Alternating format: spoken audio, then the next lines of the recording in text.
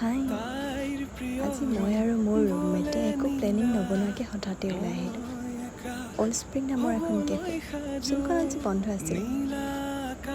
Next আহিলোঁ আমি 7-11 নামৰ এখন কেফে, তাৰ কাষতে বিশ্বকৰ্মা পূজা পাতি আছিল। আৰু এয়া দেখিছেনে, এণ্ট্ৰি দিয়ে মই কেমেৰাৰ আগতে বহি গ'লোঁ। আৰু এনেকৈ আমি অলপ সময় কথা পাতিলোঁ। কথা পতাৰ পাছত মোৰ ৰুমমেটে ইমানেই পঢ়ালে যে মোৰ মুখখন বিষাই গ'ল।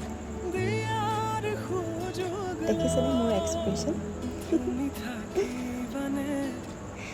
আৰু এয়া আহিলে আমাৰ অৰ্ডাৰ, আৰু আহিব আছে বাৰু দুটা বাকী।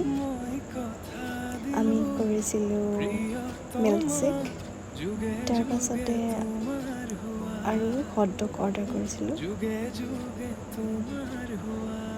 আৰু এয়া অৱস্থা বেয়া কৰি থৈ আহিলোঁ। বাই।